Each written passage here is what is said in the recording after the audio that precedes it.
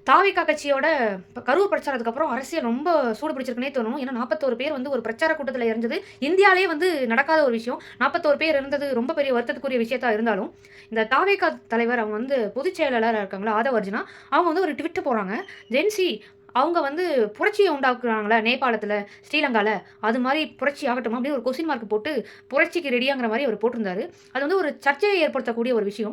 அவர் யார தூண்டி விடுறாரு அப்படிங்கிற மாரி எல்லா அரசியல் தலைவர்களும் பேச ஆரம்பிச்சுட்டாங்க. அவர் அத ரிமூவ் பண்ணிட்டாரு. திரும்ப வந்து அதாவது பத்திரிக்கையாளர்கள்லாம் கேட்கும்போது, நான் வந்து பதில் சொல்ற மனநிலையில இருந்துட்டு அப்படியே இல்லைன்னு சொல்லிட்டு சிரிச்சுட்டே உள்ளுக்க போயிட்டாரு.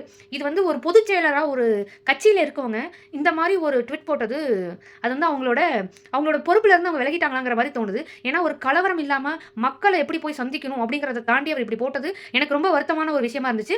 அதே மாரி இன்னொரு பொதுச் செயலாளர் தாவேக்கால இருக்காங்க. அவர் தான் அந்த புசி ஆனந்த் அவங்க. அவங்க வந்து இந்த மாரி கோர்ட்ல வந்து அவங்கள இந்த மாரி கைது நடவடிக்கைகள் எடுக்க சொல்லி இந்த கரூர் அந்த 41 பேர் இறந்ததுல இவங்க மேல கைது நடவடிக்கை எடுக்க சொல்லி ஒரு ஆர்டர் வந்திருக்கு. அவர் வந்து கோர்ட்ல வந்து ஒரு மனு குடுத்திருக்காரு. அவர் என்ன சொல்லியிருந்தாருன்னு பார்த்தீங்கன்னா, இந்த மாரி எனக்கு வந்து நான் வந்து என் மேல வந்து எனக்கு பாதுகாப்பு கிடையாது. கைது செஞ்சா என்னோட கௌரவம் போயிரும் அப்டின்னாரு. அவர் இந்த பாதுகாப்பு கருதி அந்த வார்த்தையெல்லாம் கூட யூஸ் பண்ணியிருக்கலாம். அது ஒண்ணும் பெருசா தெரியலங்க. என்னோட கௌரவம் போயிரும் அப்டிங்கிறாங்க.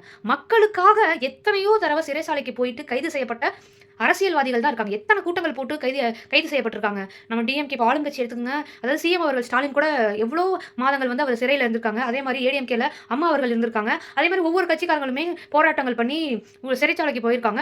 இவங்க சொல்ற இவங்களோட கட்சியோட முக்கிய பொறுப்புல அவங்க 5 பேர் வச்சிருக்காங்கல்ல, அதுல இருக்கவங்களுமே நெறைய பேர் போராடி இருக்காங்க. இப்படிப்பட்ட சூழல்ல கௌரவ குறைச்சல்னு அவர் சொன்னது, மக்களுக்காக அரசியல் பணி, சமூக சேவை செய்ய வந்துட்டு, கௌரவ குறைச்சல் அப்படிங்கிற ஒரு வார்த்தைய அவர் யூஸ் பண்ணியிருக்கிறது, அவர் வந்து ஒரு பொதுச் செயலாளர் அப்படிங்கிற ஒரு பொறுப்புல இருந்து அவர் விலகியிருக்காருன்னு நான் நினைக்கிறேன். ஸோ அடுத்த தடவ வரும்போது, அடுத்த கட்டங்கள்ல இந்த மாரி வந்து ஒரு பதில் குடுக்கும்போது, அதாவது அந்த கேள்விக்கான கரெக்ட்டான பதில குடுங்க. இது வந்து உங்க மேல இருக்க நம்பிக்கைய உடைக்குது. நன்றி.